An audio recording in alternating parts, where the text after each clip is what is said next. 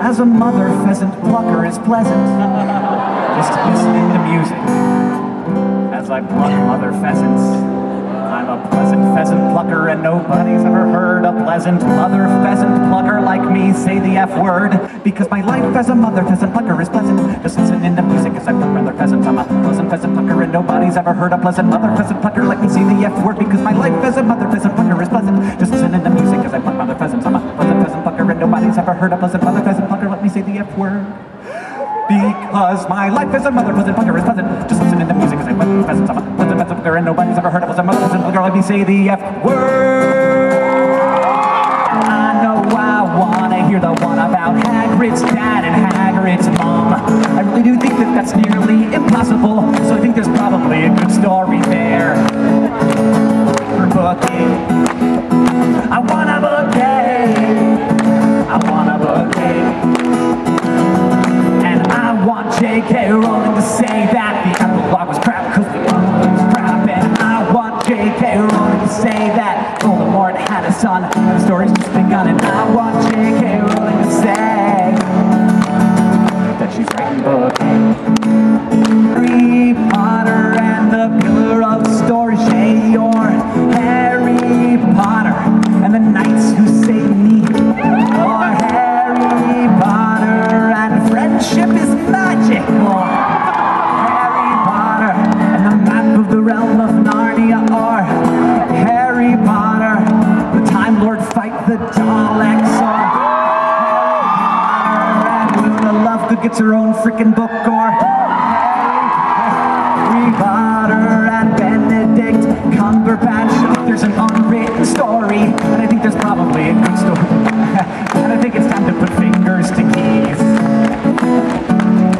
A lot of people I don't want to know more about Grindelwald and Dumbledore. I really do think that they both bad and lefty, and I think there's probably a good story there for book 8. I want a bouquet.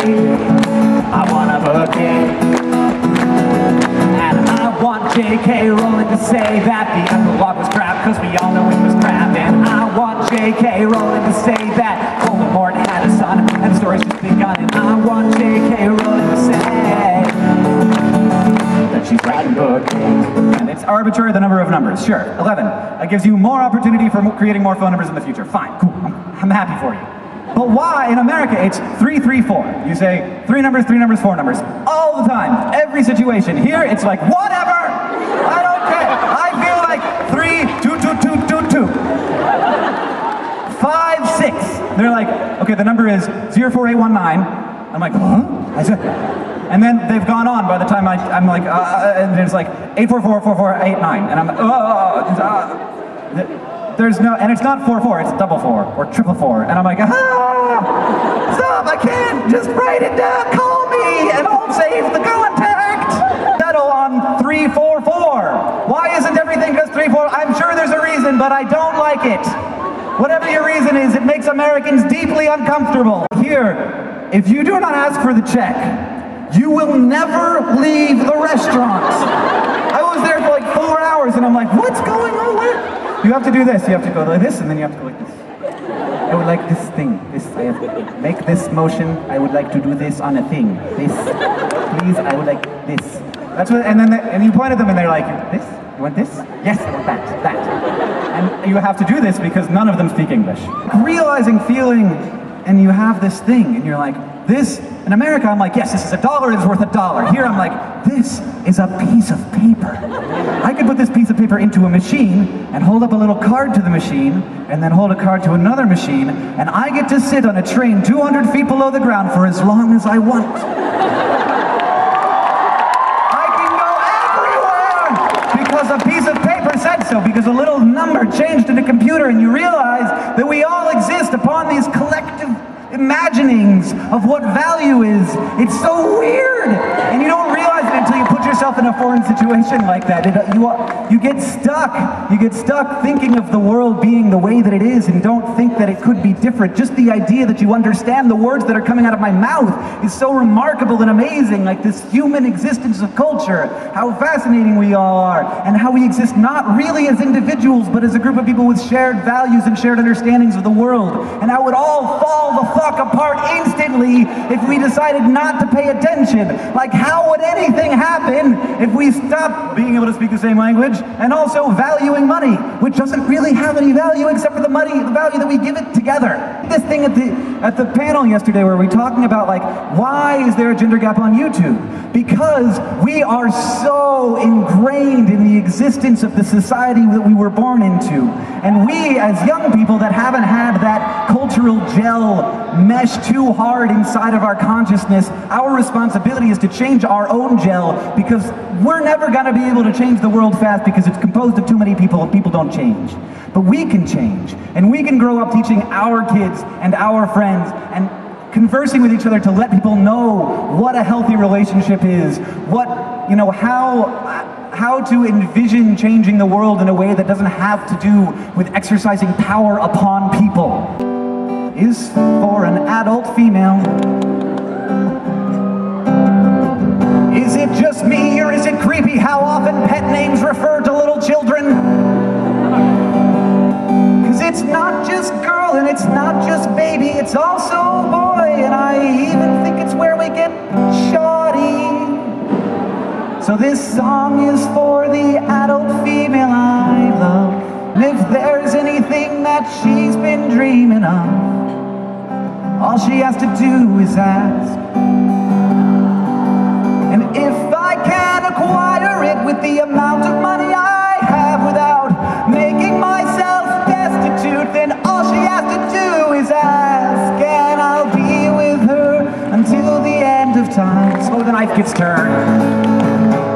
But my friends, I found an animal who doesn't feel this pain, and my life is so much better now that I can feel the same.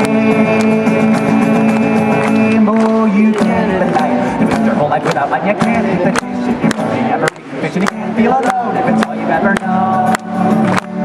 Yeah, the juicy anglerfish has no reason to be happy, but it has a freaking idea what else to be. Well, for me, this rule is get me out of despair. You simply do not feel what is always there. I ask my brain to entertain. The pain is the same, but if I feel it all the time, can you really call it pain? Well, I don't have any friends and I don't have any hair, but neither does the anglerfish, and she doesn't care.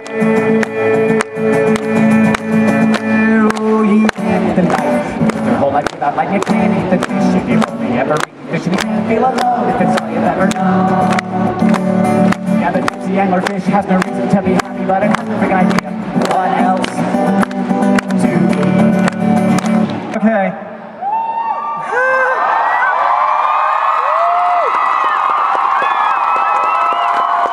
Your hair is very thick.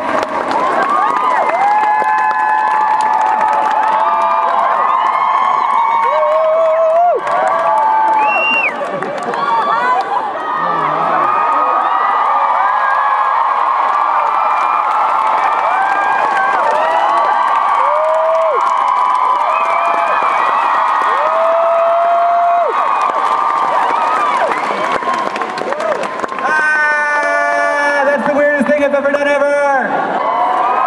She's gonna get it fancied up afterward.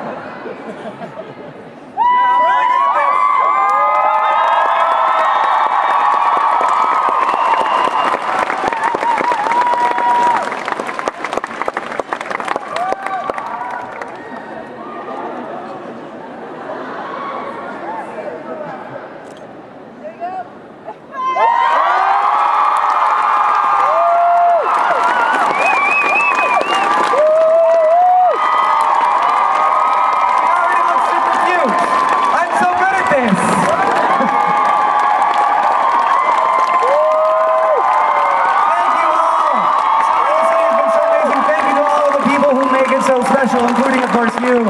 I now want to bring onto the stage the creators of Summer in the City. To say goodbye. Thank you all so much. I love you. Thanks to every single one of you for coming down this year, and every single one of you that have come previous years and are returning, and we look forward to seeing you all again next year.